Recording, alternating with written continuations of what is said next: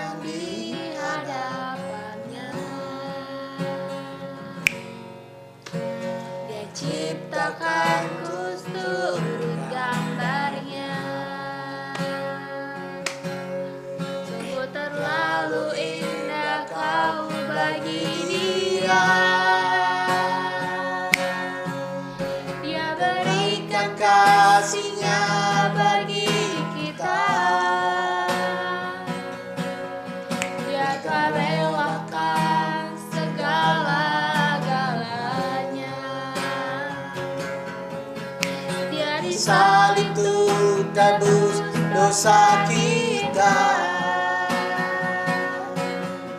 karena hidupmu sangatlah berharga. Bulu yang tergulai akan dipadankannya, dia akan jadikan kita sungguh lebih berharga. Yang tak pudar takkan dipadamkannya, dia akan jadikan terang untuk kemuliaannya. Dulu yang tergulai takkan dipadamkannya, dia akan jadikan berharga.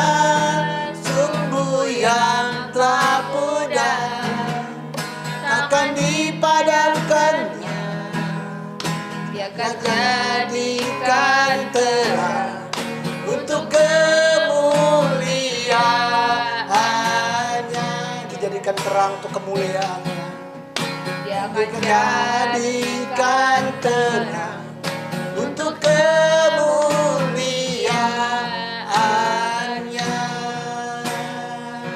untuk kemuliaannya.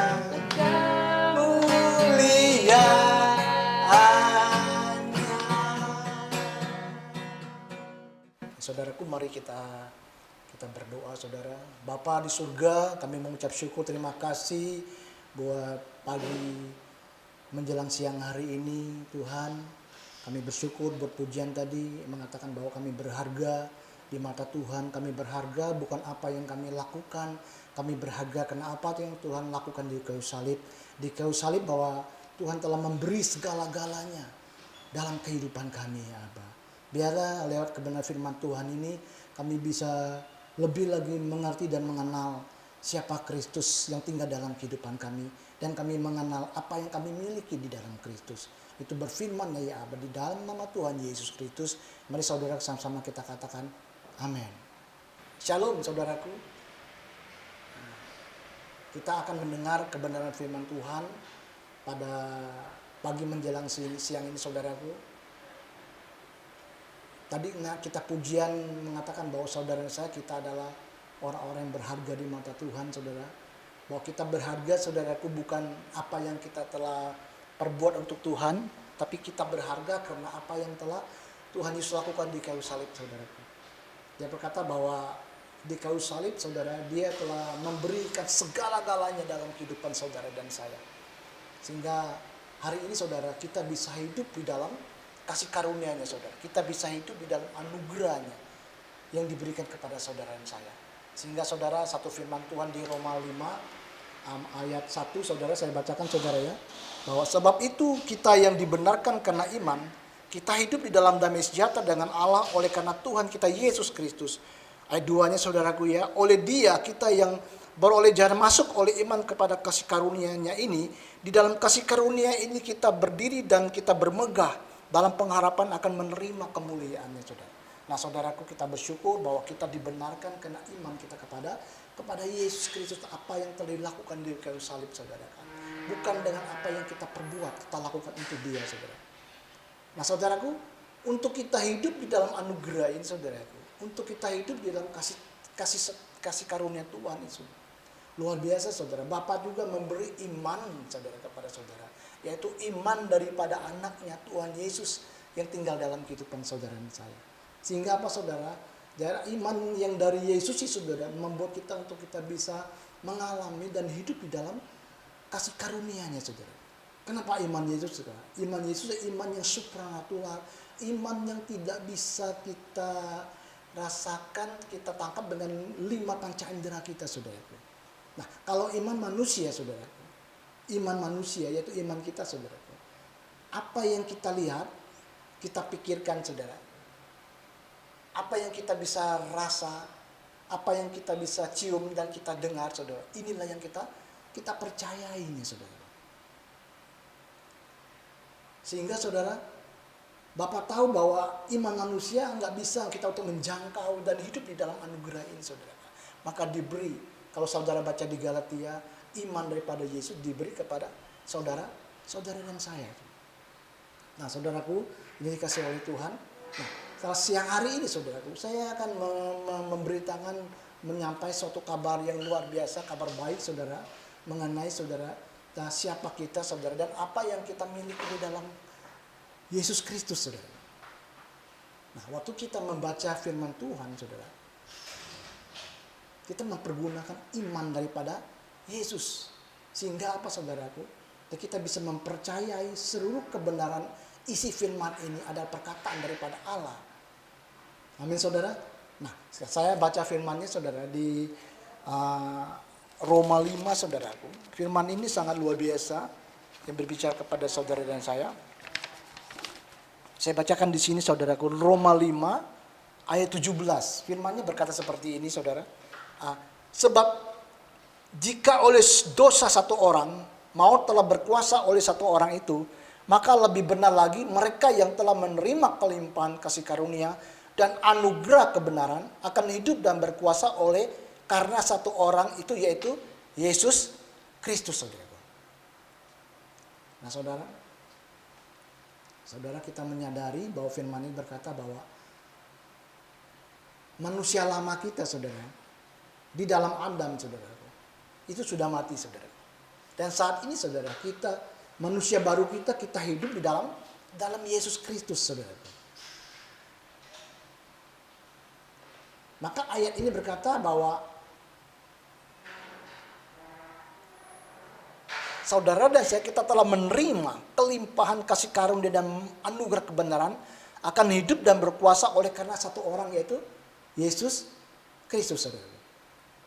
Alkitab ini berkata bahwa saudara dan saya, kita memerintah sebagai raja dan ratu dalam kehidupan ini saudara.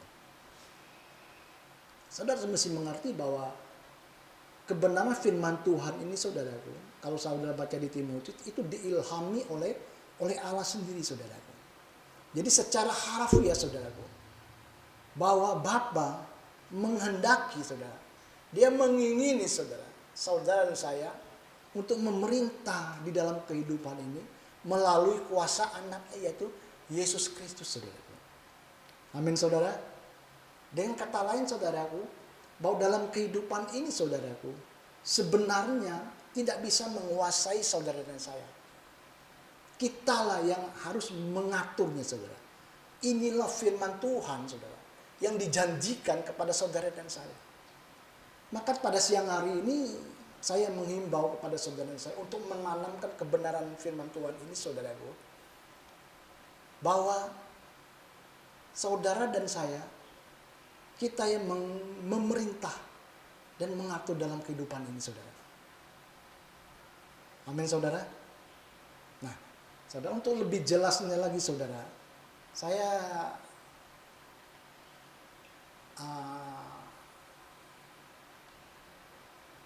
mengambil ada beberapa firman Tuhan, saudara, untuk meneguhkan kita, saudara, untuk menyatakan kebenaran firman Tuhan ini, bahwa saudara dan saya, kita itu betul-betul menyatu dengan Yesus Kristus, saudara. Saya ambil firman Tuhannya, saudara, di Petrus, saudara. Di Petrus 1 ayat, Petrus 1, saudara. 1 Petrus 1 ayat 23. Saya bacakan, saudaraku. Firman Tuhan itu berkata seperti ini. Karena kamu telah dilahirkan kembali, bukan dari benih yang fana, tetapi benih yang tidak fana, oleh firman Allah yang hidup dan yang kekal, saudara. 2 Petrus 1 ayat 4 juga berkata seperti ini, saudaraku. Dengan jalan itu ia telah menganugerahkan kepada kita janji-janji yang berharga dan yang sangat besar, supaya olehnya kamu boleh mengambil bagian kodrat ilahi dan luput dari hawa nafsu duniawi yang membinasakan dunia, saudara. Nah, firman Tuhan ini berkata bahwa saudara dan saya, kita dilahirkan kembali oleh firman Allah. Dan saudara, kita telah dianugerahkan, saudara. Untuk apa, saudara? Untuk kita mengambil kodrat ilahi. Supaya apa, saudara? Supaya kita terbebas dari hawa nafsu duniawi yang hari-hari ini kita hidup dalam dunia ini, saudara. Dengan kata lain, saudara kita mesti mengerti bahwa apa sih artinya kodrat, saudara? Kodrat ini, saudaraku, ya, yaitu kualitas pokok atau karakter pokok seseorang, saudara. Amin, saudara. Dan ayat ini berkata bahwa kualitas atau karakteristik daripada Yesus Kristus, saudara, itu telah dianugerahkan kepada saudara dan saya. Amin. Dan saudara, kita mengambil kodrat ilahi ini, saudara. Nah, kalau saudara baca di 1 Yohanes 1 ayat 16 berkata bahwa kita mengalami kepenuhan kasih karunia demi kasih karunia, saudara. 1 Yohanes 1 ayat 16. Nah, kalau saudara membaca kedua ayat ini, saudara, kedua ayat Petrus dan Yohanes, saudara. Kalau saudara gabungkan, saudara lihat apa sih arti kepenuhan di dalam kalimat Yohanes. Dia berkata bahwa saudara, kepenuhan kasih karunia demi kasih karunia, saudara. Dengan kata lain bahwa saudara dan saya mengalami kepenuhan dari apa, saudara? Dari kualitas pokok daripada Yesus Kristus sendiri, saudara. Amin, saudara. Sehingga itu Yohanes menulis di sini, saudara, di 1 Yohanes 4 ayat 17 berkata, sebagaimana Yesus ada, kita pun ada hari ini di dalam dunia ini, saudara. Amin, saudara. Kenapa, saudara? Karena kehidupan daripada Yesus sendiri itu ada hidup dalam kehidupan saudara dan saya. 1 Korintus 6 ayat 15 juga berkata bahwa tidak tahukah kamu bahwa tubuhmu adalah anggota Kristus, saudara. Saya mau kasih tahu kepada saudara dan saya bahwa saudara dan saya, kita betul-betul menyatu dengan Yesus Kristus Tuhan kita, saudara.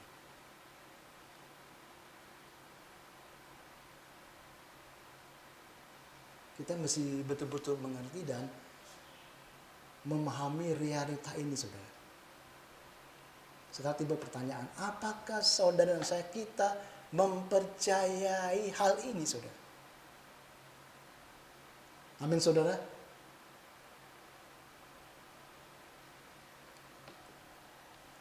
Bahwa saudara dan saya, Bapa menghendaki, mengingini, saudara, bahwa saudara dan saya memerintah di dalam kehidupan ini, saudara. Nah, saudaraku yang dikasihi oleh Tuhan, banyak sekali kita sebagai orang percaya, kita mempercayai bahwa kasih karunia ini, saudaraku, membuat kita mengalami kehidupan yang kekal, saudara, bersama dengan Tuhan Yesus. Amin, saudaraku. Banyak juga kita mengerti bahwa kasih karunia ini, saudaraku, dia mengampuni segala dosa-dosa saudara dan saya. Amin, saudaraku. Tapi sesungguhnya, saudaraku, bahwa kasih karunia ini menyakup begitu luas sekali, saudara. Bapa mau, saudaraku, di dalam kehidupan ini kita mengalami pelimpahan kuasa Allah lewat anugerahnya dalam kehidupan saudara dan saya. Untuk apa, saudaraku? Untuk menyatakan kemuliaan Tuhan, untuk menyatakan pribadi daripada Bapa melewati Yesus Kristus yang tinggal dalam kehidupan saudara, untuk menyatakan kepada dunia, saudara, bahwa Yesus adalah satu-satunya Tuhan melewati kehidupan saudara dan saya. Amin, saudara. Nah, saudaraku dikasihi oleh Tuhan, bahwa Rasul Paulus juga menuliskan perkataan firman-Nya di Efesus, saudaraku. Itu berbicara mengenai siapa saudara dan apa yang saudara miliki di dalam Kristus, saudaraku. Saya baca firman-Nya, saudaraku, ya. Firman-Nya di Efesus 1 ayat 3, saudaraku. Perikopnya seperti ini. Kekayaan orang-orang yang terpilih. Ayat 3 berkata, terpujilah Allah dan Bapa Tuhan kita Yesus Kristus yang dalam Kristus telah mengaruniakan kepada kita segala berkat rohani di dalam surga, saudara. Segala berkat rohani di dalam surga itu udah ada pada Yesus, yang tadi di depan kita percaya bahwa Yesus tinggal di dalam kehidupan saudara dan saya. Amin, saudaraku. Dan Alkitab ini berkata bahwa berkat rohani itu diberikan kepada kita ketika kita mati dan kita masuk surga. Tidak, saudaraku. Hari ini juga, detik ini juga, sekarang ini juga, saudaraku. Segala berkat rohani itu ada pada Yesus, saat Yesus ada di dalam kehidupan saudara dan saya, saudara. Amin, saudara. Dan ayat yang keempat berkata seperti ini. Sebab di dalam Dia, Allah telah memilih kita sebelum dunia dijadikan supaya kita kudus dan tak bercacat di dalamnya. Sebab di dalam Dia, di dalam Yesus, saudara. Amin. Ayat ini tidak berkata bahwa ketika kita kudus dan tidak bercacat di hadapan Tuhan, baru kita dipilih, saudara. Alkitabnya berkata di dalam Yesus, saudara. Saudara dipilih dahulu, saudara. Kemudian saudara dikuduskan. Saudara kuduskan dan saudara hidup tak bercacat di hadapannya, saudara. Amin, saudara. Ayat selanjutnya dan berkata di ayat 5, dalam kasih Ia telah menentukan kita di semula oleh Yesus Kristus untuk menjadi anak-anaknya sesuai kerelaannya, saudara. Ya. Ayat jelas berkata bahwa yang mengangkat kita menjadi anak ini, saudara, itu bukan inisiatif dan kemauan daripada saudara dan saya untuk kita menjadi anaknya, saudara. Tapi ini murni 100% kehendak daripada keinginan daripada Allah untuk mengangkatkan saudara dan saya untuk menjadi anak-anaknya, saudara. Untuk itu, saudaraku, bagi Allah, saudara, sekali anak tetap anak, saudara. Makanya hubungan anak dengan Bapa itu tidak bisa dipisahkan, saudara. Enggak ada orang berkata bahwa umpamanya bahwa Hyun Kong itu bekas papanya si Terry, saudara. Atau Terry itu bekas anaknya Hyun Kong, saudara. Enggak ada. Hubungan Bapa dengan anak untuk selama-lamanya, saudara. Amin, saudaraku. Alkitab kalau saudara baca di Yohanes 10, saudaraku, dia berkata seperti ini, saudaraku. Walaupun Bapa itu punya kuasa dan kehendak untuk melepaskan saudara dan saya, tapi Alkitab berkata, tidak ada satu orang pun dapat merebut mereka dari tanganku, kata Tuhan Yesus. Nah, kalau saudara baca 26 berkata, tidak satu pun orang merebut dari tangan Bapa. Bapa dan aku adalah satu, kata Tuhan Yesus. Jadi dengan kata lain, bahwa saudara dan saya, kita itu sekali anak, tetap anak daripada Allah, saudara. Tidak ada yang dapat memisahkan kita daripada kasih daripada Bapa dalam kehidupan saudara dan saya. Amin. Itulah saudara dan saya. Wow, luar biasa saudara. Nah saudaraku, saya baca ayat selanjutnya, ayat ke-6, saudara berkata seperti ini. Supaya terpujilah kasih karunia-Nya yang mulia, yang dikaruniakan kepada kita di dalam Dia yang dikasihinya, saudara. Mestinya ayat ini berhenti di dalam Dia, tapi ada koma, yang dikasihinya, saudara. Ini menyatakan, saudara, bahwa kita tidak bisa melihat diri kita, saudara, sebagaimana kita melihat diri kita, saudara. Kalau kita melihat diri kita sebagaimana diri kita, saudara, banyak sekali kelemahan-kelemahan, banyak sekali kegagalan-kegagalan yang kita lakukan dalam kehidupan ini, saudara. Nah, saudara, kita mulai melihat, saudara, dengan mata iman kita, saudara. Mata iman kita secara roh, bahwa Bapa melihat kita, saudara. Bukan melihat pribadi kita, tapi melihat Yesus yang dikasih, yang tinggal dalam kehidupan saudara dan saya. Amin, saudaraku. Nah, ayat selanjutnya berkata seperti itu tujuhnya. Sebab di dalam Dia dan oleh darahnya kita peroleh penebusan, yaitu pengampunan dosa, menurut kekayaan kasih karunia-Nya, saudara. Ayat 8 berkata, yang dilimpahkannya kepada kita dalam segala hikmat dan pengertian. Ayat selanjutnya, ayat 9, sebab Ia telah menyatakan rahasia kehendak-Nya, saudara. Apa sih rahasia kehendak-Nya, saudaraku? Kepada kita, sesuai dengan rencana kelerahannya, yaitu rencana kelerahan yang dari semula telah ditetapkannya di dalam Dia. Apa sih sebetulnya rahasia kehendak-Nya, saudara? Saya mau kasih tahu, Rasul Paulus menulis di Kolose, saudara, bahwa rahasia yang berabad-abad dan turun-temurun yang akan dinyatakan kepada orang-orang kudusnya, saudara. Bahwa apa, saudara? Bahwa Kristus itu ada di tengah-tengah orang-orang percaya, saudaraku. Tapi kalau bahasa Inggrisnya berkata bahwa Yesus itu, saudaraku, ada di dalam kehidupan dari saudara dan saya, orang yang percaya kepada Dia, saudara. Dengan kata lain, bahwa segala kepenuhan kealahan itu, saudaraku, itu tinggal dalam kehidupan saudara dan saya. Amin, saudara. Wow, sangat luar biasa, saudaraku. Saudara, kita mesti mengerti kebenaran ini, saudaraku, sehingga kita tahu siapa Yesus yang tinggal di dalam kehidupan kita, saudara, dan apa yang kita miliki di dalam Dia, saudara. Sehingga itu, saudaraku, Rasul Paulus menulis firman di Efesus selanjutnya, saudaraku.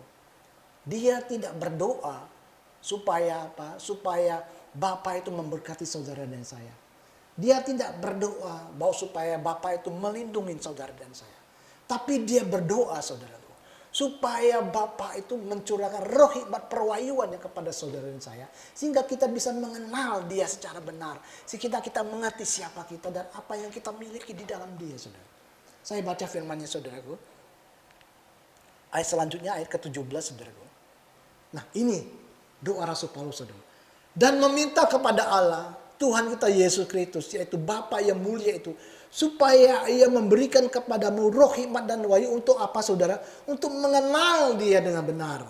Dan supaya Ia menjadikan mata hatimu terang, agar kamu mengerti pengharapan apa yang terkandung dalam panggilannya, betapa kayanya kemuliaan, bagian yang ditentukannya bagi orang-orang kudusnya, saudara dan saya.